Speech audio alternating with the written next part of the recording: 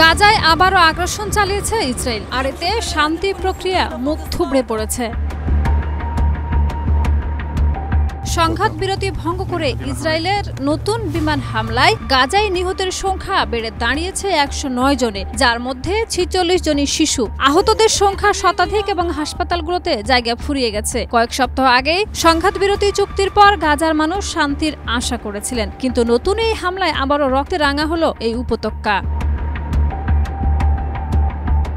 আন্তর্জাতিক অঙ্গনে ইসরায়েলের পদক্ষেপে তীব্র নিন্দা জানানো হয়েছে। কাতারের প্রধানমন্ত্রী শেখ মোহাম্মদ বিন আব্দুর রহমান আল থানি এক বিবৃতিতে বলেন, সংঘাত বিরতি ভঙ্গ করে এমন হামলা গভীরভাবে হতাশাজনক। লিলি বিউটি সোপ, যার অ্যান্টি এজিং গুণ তারুণ্য ধরে রেখে ত্বকে করে উজ্জ্বল, তারুণ্যময় উজ্জ্বল ত্বকের জন্য।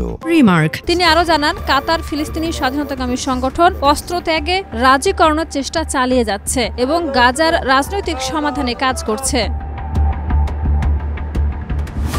ফ্রান্স জানিয়েছে, গাজার সংঘাত বিরতি এখন চরম হুমকির মুখে এবং তারা শান্তি প্রক্রিয়া জোরদারে কূটনৈতিক প্রচেষ্টা চালাচ্ছে। ইসরায়েল, গাজা ও লেবানন বারবার সংঘাত বিরতি ভঙ্গ করে অঞ্চলের পুনর্গঠন ব্যাহত করছে। জাতিসংঘ মহাসচিব অ্যান্তোনিও গুতেরেস সংঘাত বিরতি রক্ষা ও মানবিক সহায়তা অব্যাহত রাখার আহ্বান জানিয়ে মধ্যস্থতাকারী দেশগুলোর প্রচেষ্টায় প্রশংসা করেছেন।